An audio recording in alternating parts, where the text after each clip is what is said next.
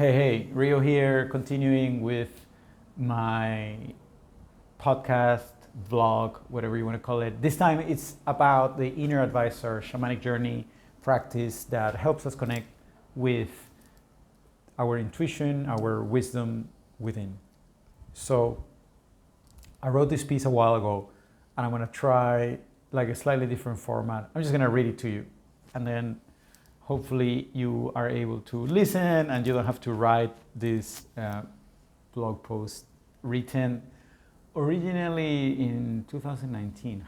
Great. Okay, so all the answers are within us, but often we cannot hear them because our ego or distractions get in the way. The inner advisor, aka shamanic journey, is a powerful technique that helps us listen better to the voice of our inner intuition, develop inner guidance, find clarity, connect with higher human qualities. And when I described this technique to my yoga teacher, he was really excited / surprised because he reckons that it's almost like tapping onto the consciousness floating around. Like you can really go and connect with a powerful guide and bring that sort of like lightning bolt into your awareness.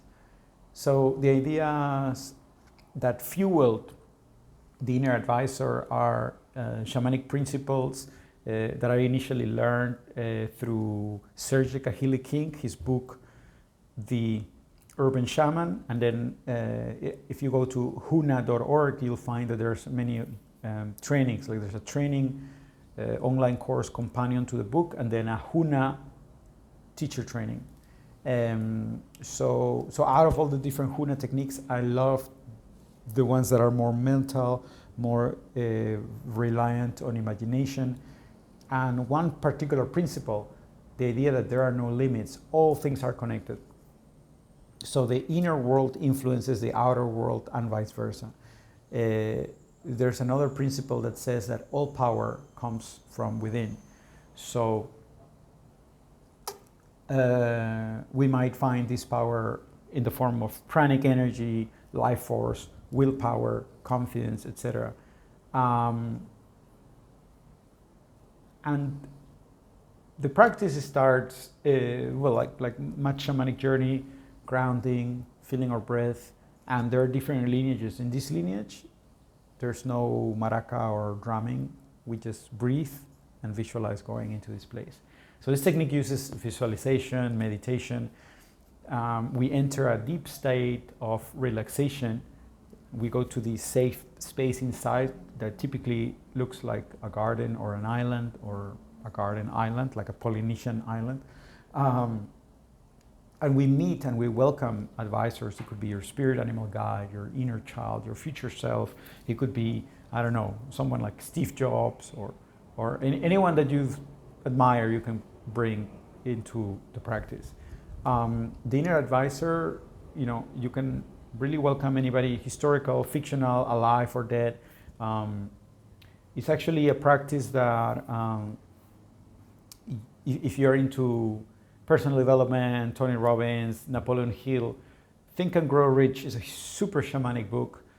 The later, the sort of chapters, they're talking about the transmutation of sexual energy and kind of like interesting out there practices. And he mentions, Napoleon Hill mentions that before going to bed, he practiced a boardroom meeting with his invisible counselors, where he would visualize sitting with the top greatest people from history and ask them for their opinion on different topics relating to his life, business, etc. Spiritual growth, education, whatnot. So this practice is exactly the same. I got a quote here and saying, 2 weeks ago, I did a really long inner advisor session with my 60-year-old self and gave me the answer to a huge life-changing session. That's like a testimonial from one of my clients. The advisors are characters that serves as a vehicle for the voice within, but also the voice above, right?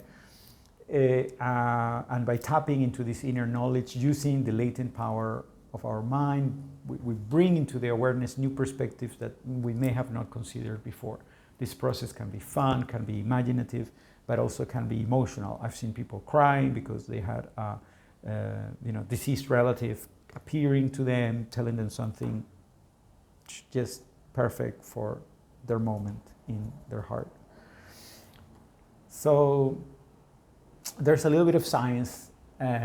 Also, we're talking about the power of visualization. Neuroscience research has discovered that guided imagery or visualization triggers neural connections that create mental blueprints that can facilitate future performance, physical and emotional. Visualization can help us help us understand how we might handle feelings of anxiety, how are we going to respond to a future situation. And many peak performance athletes practice visualization or mental rehearsal as part of their training. And it has shown actually like a very, very small percentage of improvement versus their competition, but still like, if you win by half a second, you still won. So these small margins are considered advantageous even in the world of sports. So we can use the inner advisor technique to find inner calm through an increased sense of inner guidance. And we can use this technique to rehearse or prepare for important conversations or events. I remember actually how I got kind of permission. I was working in corporate, I was working in Google, and I needed permission to disappear for a month to do one of my yoga trainings. And I had a conversation with a leader, like a world leader, because I needed him to grill me with lots of questions of why would I do this and justify it, right?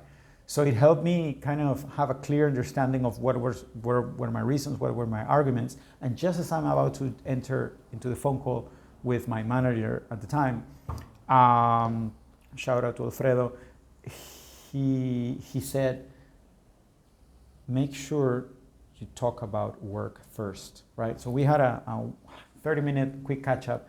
I laid out the whole situation in our team and work-related things. And then I said, hey, and by the way, this is something really important that I want to do, and I want to know if it's possible to go to India for a month and take unpaid leave. And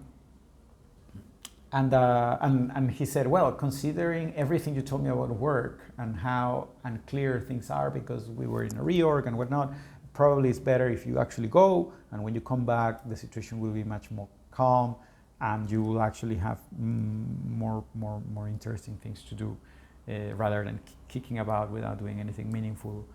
So, beautiful, it worked. I'm not sure if I would have handled the conversation in the same way hadn't I had my shamanic journey talking to my inner advisor.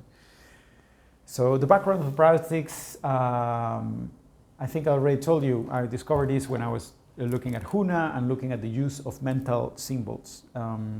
So there are symbols like mantras that we can do, mudras or etc. But these are mental symbols, things that have meaning in our minds. I told you about Napoleon Hill, so I'm going to skip. And actually, there's an interesting thing. There's in yoga, there's a similar technique that dictates that if you want to attain the positive qualities of something or someone, we meditate, making the focus of our meditation the positive qualities of that person or object or landscape or element of nature.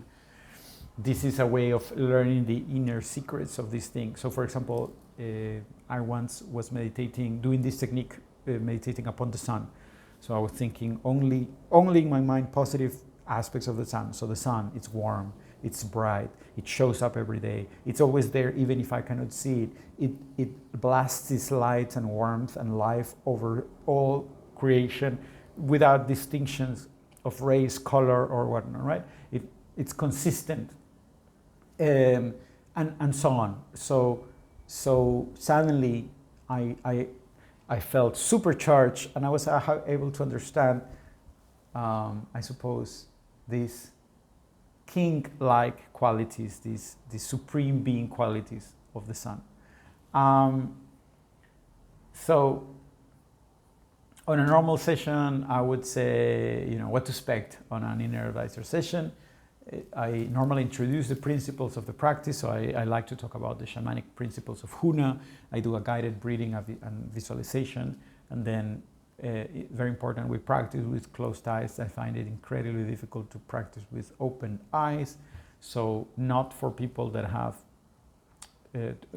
trauma or feel anxiety by closing their eyes.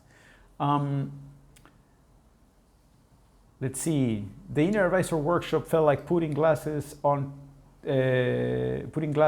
look at my life. I left with a clearer view into the questions I needed to answer in my life right now and how to think about doing that. And I recommend a visit to the Inner Garden to anyone interested in self-development and fresh perspectives.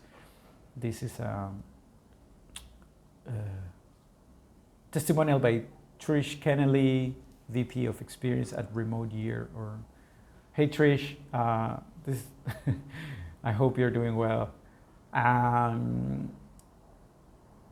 So yeah, I'm just looking at my blog and what I wrote, and then basically I finished it with a bunch of testimonials of people who had positive experiences. I'll leave the link in the comments section so you can check it out. I think I've told you a lot about the positive qualities and the practices. It's about to wrap up. It's about time to wrap up. So thank you for watching. Much love. Key takeaways. Go within. Talk to your inner guidance system. There are many beautiful ways. I'll give you the kind of like breadcrumbs, and it's up to you to follow the path and meet your inner guides. And if you want to work with me, I'll be very, very happy to guide you. I use this inner advisor practice with a lot of coaching clients to clarify when they are not sure about what steps they want to take, why they're feeling this way, etc. And magical things happen that are way beyond my control or the client's controls, but they offer a way. And that's all we need. We just need to find a way whenever we feel stuck. Much love. Bye.